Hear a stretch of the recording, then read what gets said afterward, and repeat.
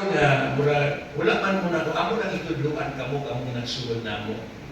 Katagin ninyo ka, kung Kristito, ang mga tigulang na nalagpunan ninyo. Kung dili po kami magpahatag ninyo Kristito, yun nga. Kristito yun niya. Muna nga itudlo na mo, ano makahibalo ka mo, nga kining mga labaw, kining atong mga pastor na nagpuna, o kinalan atong tagaan siya dakong Kristito. Bisan sa atong simbahan, kamong mga membro, hatagin ng dakong Kristito ang inyong pastor. Hatagin ng dakong Kristito ang asawa sa pastor, o hatagin ng dakong Kristito ang mga anak sa pastor, o ang tibuok pamilya sa pastor. Kaya mao ka na ang nagpakapulay kaninyo. Dagang mga membro nga wala makasabot. Ang ilang pastor, murag ilan ang di-underestimate. Wala lang ilan ang kita. Murag wala kaya makita ang pag-respeto sa alagad sa Diyos. Hinumdumin yung mga Kristuhanon. Membro ng lokal na simbahan. Hindi sa pangi. Ang inyong ginahatag ng mga material na butang sa inyong pastor, siguro, kauno na sa inyong pastor. Hindi na maabdan sa 24 ka oras, iyang i-deposito. Muadto na sa sitikang ang inyong ihatag na material. Hinumdumin ninyo, ang ihatag ni pastor ninyo, every managtigong dire, every managsimba, kanang ihatag niya espirituhanong na kabutan, eternal na. Hindi na mawagtang. Sa inyo mo na impas maayong pag yun, inyong hatagan na kong Kristito, ang inyong pastor. Muna yung sa Bible rin, padayon ka dito. Sa unahan yung ng Bible, for God, verse number 6 and verse number 5, last phrase, yung siya, for God resisted the proud and give it grace to the humble. Hindi ko mo respito ng among pastor, kay hubo mo na. Hindi ko mo respito sa akong pastor, kaya ano na.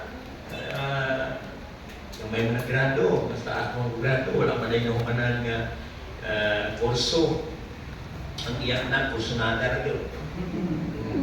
Pero mga isoon, bisan ingon anak, ang inyong pagtanaw sa inyong pastor, kinanan maghatag ka kung respito.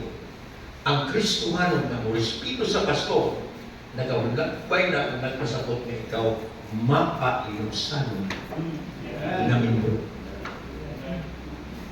Muna yun niya. Dahil yun na Bible rin. Verse number 6, humble yourselves, therefore, under the mighty hand of God, that He may be exalt you in due time. Verse number 8, be sober, be vigilant, because your adversary, the evil, ang atong kaaway, na mo ang yawa, wala nag-aundang. Wala nag-aundang siya. Yung siya, as a roaring lion. Kung sa bisip pa, ang yawa, kanunay siya, na naglibot-libot, nangita siyang matuko. Hinumduman na ito, mga pastor, nga naguna kami ninyo. Nga sa pagmata na ito, ang yawa, nagtaya na daan na ito. Punting na daan ang tumoy sa iyang pusil. Muna bantay kita, be sober, magmalidong ka. Diba? Mga pastor? Nga naman, kay gininyawa, daw sama ni sa usa ka mga ngayam. Nga ang usa ka mga ngayam, sa kung manglitag siya bakatin, manglitag siya baboy sulo, manglitag siya sa baboy damo. Diba na? Ay damo siya mga pamagi. Araw lang makuha niya ang iyang tumong. Mausap na ang atong kaaway nga mo ang yawa, nangita siya pamaagi, nga ikaw iyang mabitik. Sayo sa buntag pa, ang yawa, nagalaglag na siya sa iyang mga litag, nagalaglag na siya sa iyang mga bitik, iyang mga litag niya. Ang kining mga ngayam, mga isunggol klase ang mga paagi, na ay mga ngayam, nakakuyog-kuyog ako sa una, ng mga ato sa bukit, ang uban magdala o pukot. Ilang libutan ka na ang buko sa kabuntod. Then ang ilang iro, motimusimok inapit ang mga baboy sulok nagtago. Pagkahibalo lang ang adapit nila na simut-simut pagkahibalo, ila na kukuron nila. Hangtod na korner, paikot dito sa ilang litag bukod, hangtod makorner ang baboy sulok.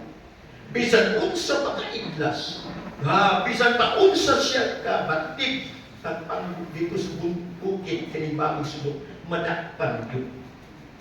Mausap na sa ato mga Kristohano. Bantay ka. Kay sumatag-adlaw-adlaw na ay ladlad ang kaaway. Gamo ang yawa. Kay gusto niya nga ikaw malitagan, aron di na ka makapadayon. Pag di na ka makapadayon sa magpakita kung unsa kamahal ang kalag sa tao, kung unsa kamahal, usa ka binilhon ang usa kaalagad sa Ginoo. Munang daghan kay mga patbagan kay mga membro karon nga murag ordinaryo lang, musuko lang sila gusto. Diba? Mo lang mga igsuon, mga membro, bantay ta kung saan atong itanong karon. Kay ato sa napagkaanyo. Unsa ang atong itanong? Ato ka na pag-aanyo. Usab na mga young people, kung nagtanong ka mo, kagulanan nga ito sa inyong mga ginikanan sa pipila ka adlaw, kamusab nga mahimong ginikanan, mahimong ang kamong utas kung sa inyong mga sa ulahing mga adlaw. Kaya mao ka nang sulti sa Bible kung unsang itanong, mausap ang ating pag-aanin. Pagtayo ka, kita ka na kayo nalipagan. Daghan na kayo ang nakuha. Daghan na kayo ang bitik sa atong punta away. Labi na ang iyagang purti kay tapos kayo sa mga sa siya kining mga alagad sa Diyos. Amen?